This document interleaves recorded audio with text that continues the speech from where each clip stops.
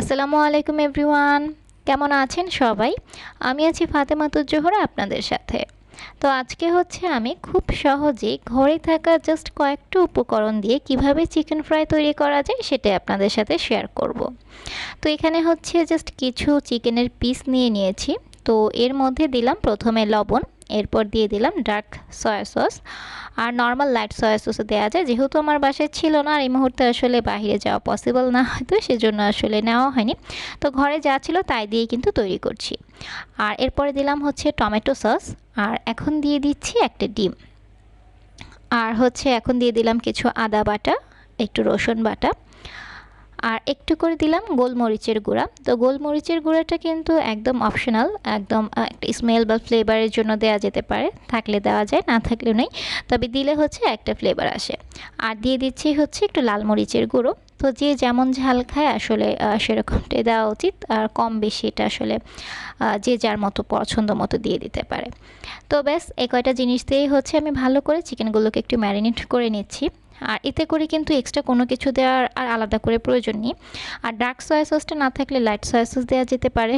আর soya সসটা দিলে একটু স্মেলটা ভালো আসে, দিতে পারলে ভালো আর কি। তবে না থাকলেও এভাবেও কিন্তু ভাজা যাবে, প্রবলেম নাই।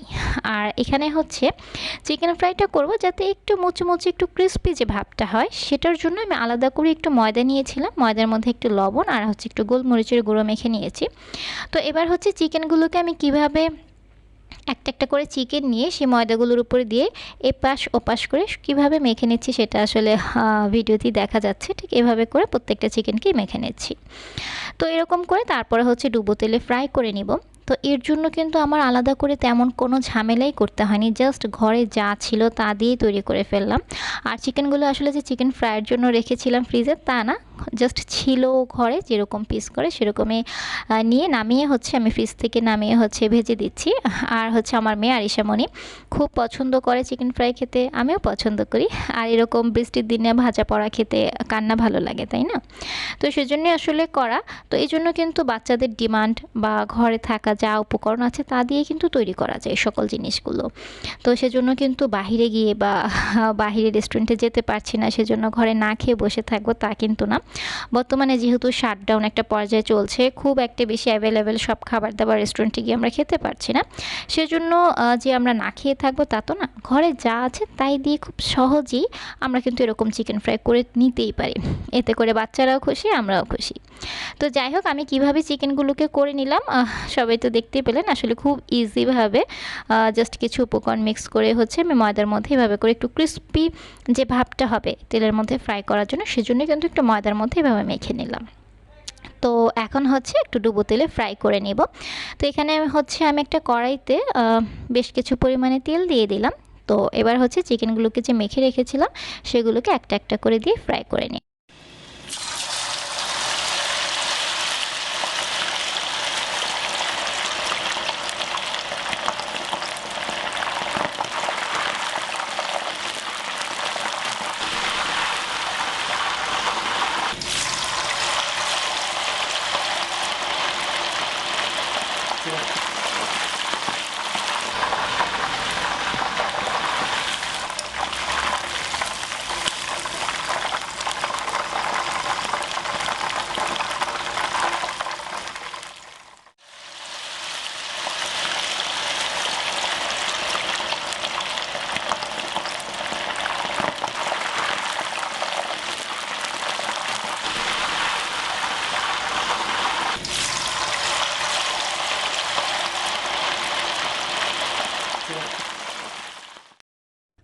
আর এই দিকে হচ্ছে একটু পাস্তা রান্না করে নিব।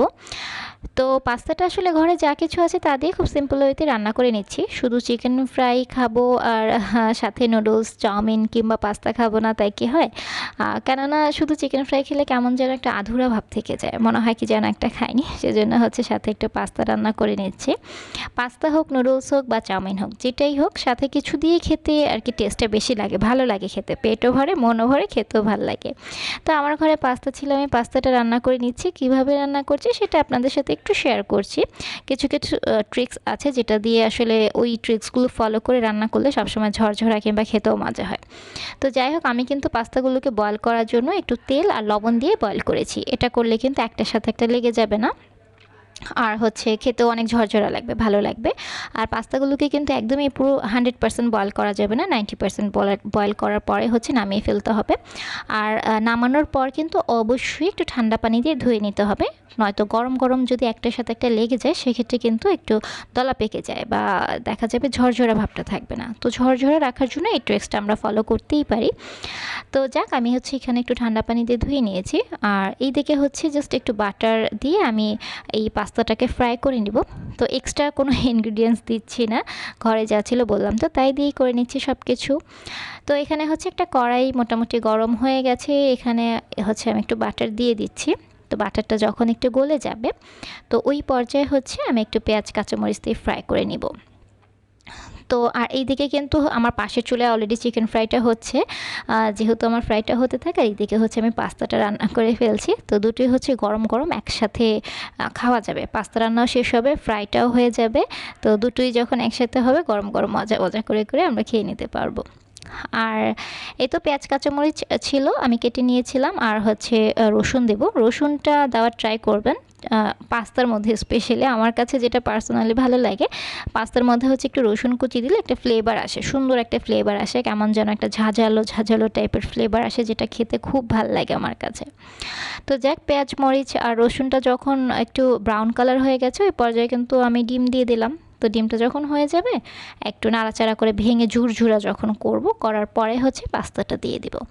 তো খুবই সিম্পল হইতে একদম ঘরে যা ছিল তা দিয়ে, আর আলাদা করে ঝামেলা করে কোনো কিছু দিয়ে রান্না করলাম না, যেহেতু চিকেন ফ্রাইটা করছি সেক্ষেত্রে আর পাস্তার মধ্যে সেরকম কিছু দিলাম না, এটা কিন্তু আলাদা একদম সিম্পল করে ফেললাম। তো এই যে এবার হচ্ছে আমার যে বয়েল করা পাস্তাগুলো ছিল সেগুলো দিয়ে দিলাম। এবার হচ্ছে ভালো করে নেড়েচেড়ে মিক্স করে নেব। তো যখন মিক্স হয়ে যাবে ওই পর্যায়ে হচ্ছে আমি একটা মশলা দিয়ে দিব। আর মশলাটা হচ্ছে পাস্তার সাথে দেওয়া হয়েছে, যে পাস্তার যে প্যাকেটটা সেই প্যাকেটের মধ্যে কিন্তু এক প্যাকেট মশলা দেওয়া হয়, সেই মশলাটাই হচ্ছে দিব। ওই মশলাটা দিলেও খেতে একটু কেমন যেন ভালো লাগে, একটা ফ্লেভার আসে, টেস্টটা ভালো হয়। না দিলেও চলে, দিলে একটু বেশি ভালো লাগে খেতে আর কি, টেস্টটা একটু বেশি বাড়ে হয়তো, সেজন্যে আমি দিয়ে দেখেছি। আর হচ্ছে মাঝে মাঝে না দিয়েও রান্না করি, জাস্ট শুধুমাত্র লবণ কাঁচামরিচ এগুলো দিয়ে রান্না করি, সেটাও খেতে ভালো লাগে। আর মশলাটা দিলে একটু ঝাঁঝালো টাইপ ফ্লেভার আসে, আর রসুন প্লাস এই মশলাটা দুটো মিলিয়ে পাস্তার স্বাদটা একটু অন্যরকম করে দেয়। তো যাই হোক, আমার পাস্তা কিন্তু অলমোস্ট ডান হয়ে গেছে। আর এই দিকে এবার একটু দেখা যাক আমার চিকেন ফ্রাইয়ের কী অবস্থা। এই যে চিকেন ফ্রাইও হয়ে গেছে আমার, এটাও হচ্ছে আমি নামিয়ে নেব এখন। জাস্ট একটা টিস্যুর উপর নিয়ে হচ্ছে নামিয়ে নেব, তাহলে হচ্ছে তেলটা ঝরে যাবে আর চিকেন ফ্রাইটা খেতে ভালো লাগবে। আর চিকেন ফ্রাই কালারটা কিন্তু দারুণ হয়েছে, খেতেও বেশ মজা হবে। তো যারা আমরা বাইরে যেতে পারছি না, রেস্টুরেন্টে যেয়ে খেতে পারছি না, তারা একদমই আমরা আফসোস করব না, ঘরে বসে ঠিক রেস্টুরেন্টের স্বাদেই কিন্তু জাস্ট কয়েকটি উপকরণ দিয়েই খুব সহজেই এরকম করে চিকেন ফ্রাই পাস্তা রান্না করে খেতেই পারি, যেটা কিনা আমাদের খেতেও ভালো লাগবে, স্বাদও আসবে আর মনও খারাপ হবে না। তো এরকমভাবে কিন্তু আমার আপু ভাইয়েরা ট্রাই করতেই পারেন। তো আমি আসলে যেভাবে খাই আমি কিন্তু সেভাবে আপনাদের সাথে শেয়ার করলাম, আশা করি আপনাদের কাছে ভালো লেগেছে। আর আমার আপু ভাইদের কাছে যদি ভালো লেগে থাকে তাহলে অবশ্যই কিন্তু একটা লাইক করে কমেন্ট করে জানিয়ে দেবেন। তো এই যে চিকেন ফ্রাই ডান, আমি নামিয়ে নিয়েছি, প্লেটে অলরেডি সার্ভ করে নিয়েছি। আর এটা খেতে কিন্তু আসলে অনেক বেশি টেস্টি হয়েছিল। এই যে আমার পাস্তাও রান্না করা হয়ে গেছে, এটাও ready, chicken fry with pasta দুটোই মজার খাবার। আর আসলে এই টাইপের ভাজা পোড়া খাবার একটু বৃষ্টির দিনে খেতে আমাদের কম বেশি সবারই ভালো লাগে, আমার তো অনেক বেশি ভালো লাগে। আর আপনাদের কাছে কেমন লাগে অবশ্যই কিন্তু কমেন্ট করে জানান। আর এই দিকে একটু বলে নিই, যারা যারা এখনও আমার চ্যানেলটি সাবস্ক্রাইব করেনি, আমার চ্যানেলে নতুন জয়েন করেছেন, প্লিজ আমার চ্যানেলটি সাবস্ক্রাইব করুন আর লাইক কমেন্ট শেয়ার দিয়ে আমার পাশেই থাকুন। আর পাশে থাকা ছোট্ট বেল বাটনটি বাজিয়ে দিন, যাতে করে আমার সবগুলো ভিডিও পৌঁছে যায় আপনাদের কাছে। আর যারা যারা অলরেডি আমার চ্যানেলটি সাবস্ক্রাইব করে লাইক কমেন্ট শেয়ার দিয়ে আমার পাশেই আছেন, তাদের সবাইকে জানাই অসংখ্য ধন্যবাদ, অনেক অনেক ভালোবাসা। আর এই যে আমি হচ্ছে একটা চিকেন একটু ছিঁড়ে দেখাচ্ছি কেমন হয়েছে ভেতরটা। আসলে এটার ভেতরে কিন্তু একদমই খুবই জুসি হয়েছে, চিকেনটা একদম সফট হয়ে গিয়েছে, ভেতরটা খুবই ভালোভাবে কুক করা হয়েছে যেহেতু ডুবো তেলে ফ্রাই করা হয়েছে। আর উপরে ক্রিস্পি যে আবরণটা, এটা কিন্তু বেশ দারুণ হয়েছে। ঠিক এরকম করে কিন্তু আমরা বাসায় খেয়ে নিতে পারি। আর এই দিকে হচ্ছে আমি আর কি ক্যামেরা দিয়ে ছবি তুলবো, আমার মেয়ে আমার থেকে বেশি ছবি তুলছে। তো এই তো আজকের মতো বিদায় নিচ্ছি। সবাই ভালো থাকবেন, সুস্থ থাকবেন। আল্লাহ হাফেজ, আসসালামু আলাইকুম।